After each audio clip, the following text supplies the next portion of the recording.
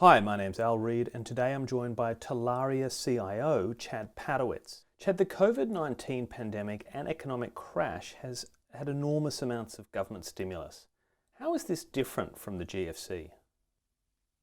Thanks. So, look, there's a few differences. The GFC was predominantly supported from government stimulus via monetary expansion or the attempted monetary expansion, but a lot of that didn't actually get lent out.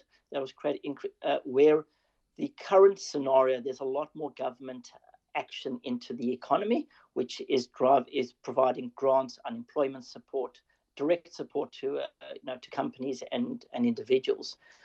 There's also broader government infrastructure spending globally. And perhaps one of the more important things is you now have a lot of government backing banks in their lending facilities. So rather than banks having to take the credit risk, the government's standing behind it by underwriting private sector credit, which actually means banks are incentivized to increase lending without having to be concerned about the payback of that. And that should significantly impact the velocity of money, which should help the economy. What are some of the implications of this increased effort at an economic level? Yeah, on the one hand, it will substantially increase debt to GDP ratios for many countries. But also, as we move more into this process, potentially shifts what's been a multi-year, if not decade, deflationary environment to one of a more inflationary nature. And how does that work? So what drives that and that potential or that environment for that to happen?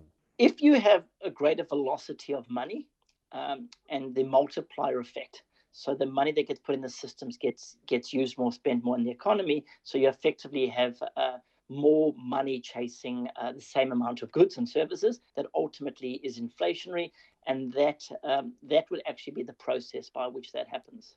Okay, so what would be the impact for investors in this sort of environment? For the last several years, if not longer, in a low inflationary, low interest rate environment, there's been a substantial support for effectively long duration assets and growth assets, because earnings that are going to have achieved sometime in the future don't get discounted back at a high rate in a low inflation environment, so you can pay more for them.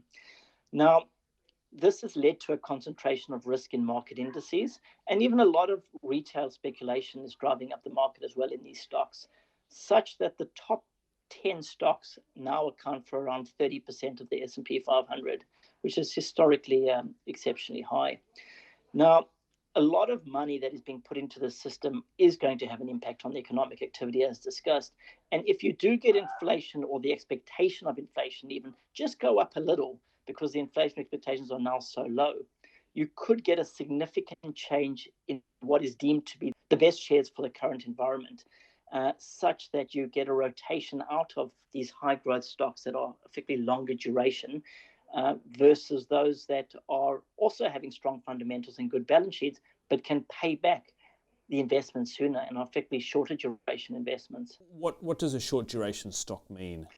So short duration would be effectively think of it as the time required to get back your initial investment.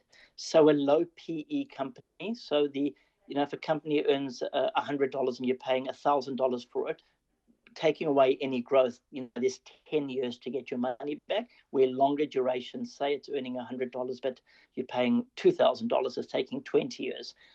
So shorter duration would be effectively very similar to lower PE companies. So to summarize, there is a significant amount of uncertainty in terms of the path of economic activity, the impact of government intervention, what these will actually mean for the economy in a post-COVID world, or even during the path to get there.